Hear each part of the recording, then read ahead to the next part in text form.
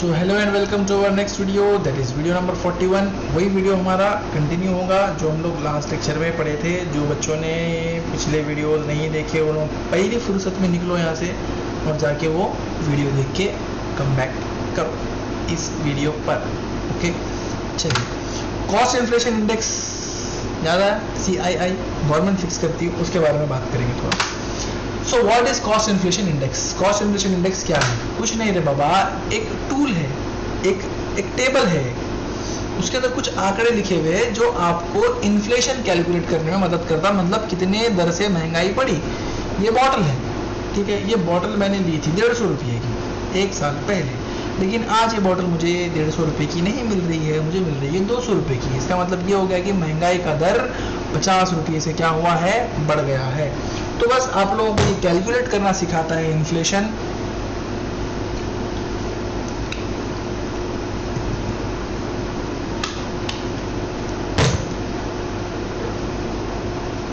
पानी की बोतल हाथ में ली और बिना पिए रख दिए तो पाप लगता, इसलिए पी के रखना पानी। तो CII का जो काम है वो है इन्फ्लेशन इंडेक्स दिखाना कि कौन सी चीज़ कब कितने रुपए की थी और कौन सी चीज़ आज कितने रुपए की है। कैसा दिखता है? अच्छा दिखता, ऐसा दिखता। Cost inflation index table from financial year 2001 से लेकर के 2001-2 से लेकर के 2019-20 तक का आप लोगों के मोबाइल स्क्रीन पर है।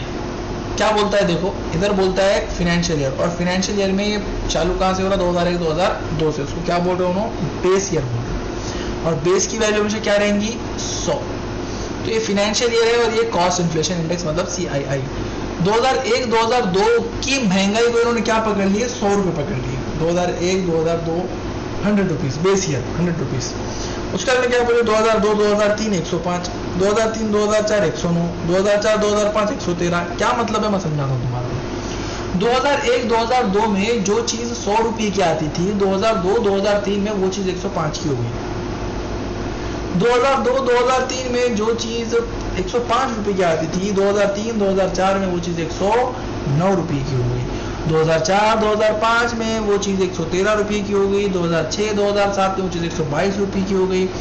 चलते चलते ऐसे ही 2019-2020 तक वो चीज़ 289 रुपीज़ की हो गई।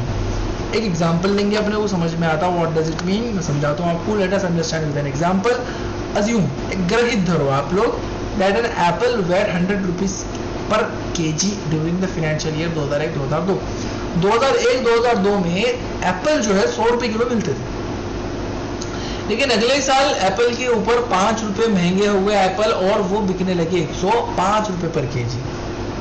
फिर उसके ही अगले साल एप्पल हो गए 4 रुपये से महंगे और वो बिकने लगे 109 रुपये पर kg। और ऐसे ही चलते चलते आज 19-20 का जो ज़माना था, उस ज़माने में एप्पल बिकने लगे हैं 289 रुपये पर kg। समझ में ये बात आपको? एक ही किलो एप्पल है हर केस में, लेकिन रेट क्या है? अलग अलग है। महंगाई बढ़ते जा रही है, बढ़ते जा रही है और बढ़ते जा रही है। तो समझ में आप लोगों को बात? तो जो चीज़ 100 रुपये की थी वो 105 की हुई, फिर 109 की हुई, फिर 113 की हुई। अब आपको कैलकुलेशन कैसा करना है? अब मान लो मैंने बेस ईयर मतलब 2001-2002 में एक ज़मीन खरीदा था 100 रुपये की, तो आज वो ज़मीन कितने रुपये की है? आज वो ज़मीन है 289 रुपये की। समझे कि नहीं बात? अब कोई ज़मीन मैंने खरीदा था बेस ईयर में 1000 रुपये की, तो आज वो कितने की है? 2890 रुपये की। कोई ज़मीन मैंने खरीदा था बेस ईयर में 10,000 रुपये की, तो आज वो कितने की है? 28,900 रुपये की। कोई ज़मीन मैंने खरीदा था 1 लाख रुपये की, तो आज वो कितने की है? 2,89,000 रुपये की। समझ में मेरी बात? समझ में बात मेरी आपको? तो अब देखो मेरी बात को कि जो चीज़ मैंने बेस ईयर में ख़रीदा था उसको कंपेयर करके मैं करंट वैल्यू बनाऊंगा आज के इन्फ्लेशन का आंकड़े से। इतने पे इतना तो इतने पे कितना हो मैं दिखाऊंगा आप लोगों को। उसका एक फॉर्मूला भी है, उसके हिसाब से हमको निकालना है। अब एक एग्जाम्पल लेंगे, पर अभी समझ में आता अपने को। देखो, पेन लो और कैलकुलेट करो अगर ज़रूरत पड़े तो। वैसे आप लोग बहुत होशियार बच्चे, यशवंत कॉलेज के बच्चे, आमिर सर के स्टूडेंट, तो बहुत होशियार रहते हैं। तो देखो क्या बोल रहा भाई, क्या बोल रहा हूँ वो सुनो ध्यान से। 100 रुपये 2001 का बेस ईयर है और 19-20 का है 289 रुपये। तो मैं क्या बोल रहा हूँ, सुनो कि मैंने 1 लाख रुपए की जमीन खरीदा था बेस ईयर, और 19-20 में उसको बेच डाला और वो बिक गई 3 लाख रुपए की। कितने की बिक गई? 3 लाख की। खरीदा कितने में था? 1 लाख में। बिकी कितने में? 3 लाख में। अब आप क्या बोलेंगे, सर आपका 2 लाख गेन हुआ। मैं बोलूंगा नहीं हुआ 2 लाख गेन भाई, इन्फ्लेशन, महंगाई भी तो आप देखो ना, महंगाई का भी तो हिसाब लगाओ। तो आप बोलेंगे हाँ सर बात बराबर है, आपने 1 लाख में खरीदे तो उसमें महंगाई बढ़ी। कितनी बढ़ी? तो जो 1 लाख की जमीन थी ना सर आपकी, उसकी आज की महंगाई दर के हिसाब से वैल्यू होती है 2,90,000 रुपये, और आपने उस जमीन को बेचे 3 लाख रुपए में। इसका मतलब सर आपका कैपिटल गेन 11 लाख ही छुआ, 2 लाख 11,000 ही छुआ, 2 लाख नहीं हुआ, 11,000 ही हुआ ना। 1 लाख की खरीदा था, 3 लाख की बेचा, 2 लाख हुआ क्या गेन मेरे को, कैपिटल गेन? नहीं नहीं नहीं नहीं, गलत हो गया। ये 1 लाख को कन्वर्ट करना पड़ेगा करंट वैल्यू के अंदर। उसको करने के लिए कौन हेल्प कर रहा? CII।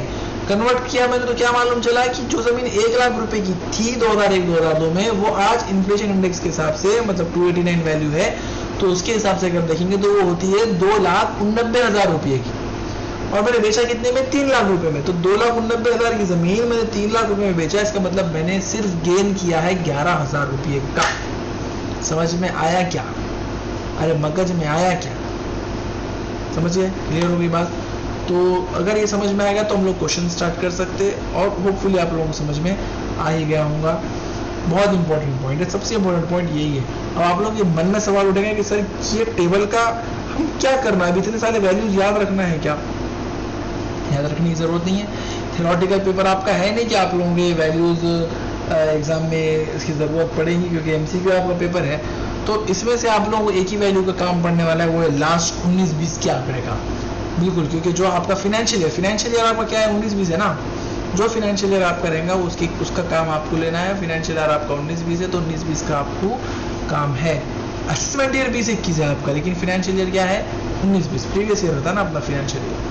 तो 19-20 के हिसाब से अगर हम लोग देखें तो हम लोगों की वैल्यू बनती है 289। Okay, so thanks for watching this video. बाहर ना निकले तो मास्क घालून निकले। Take care, bye bye.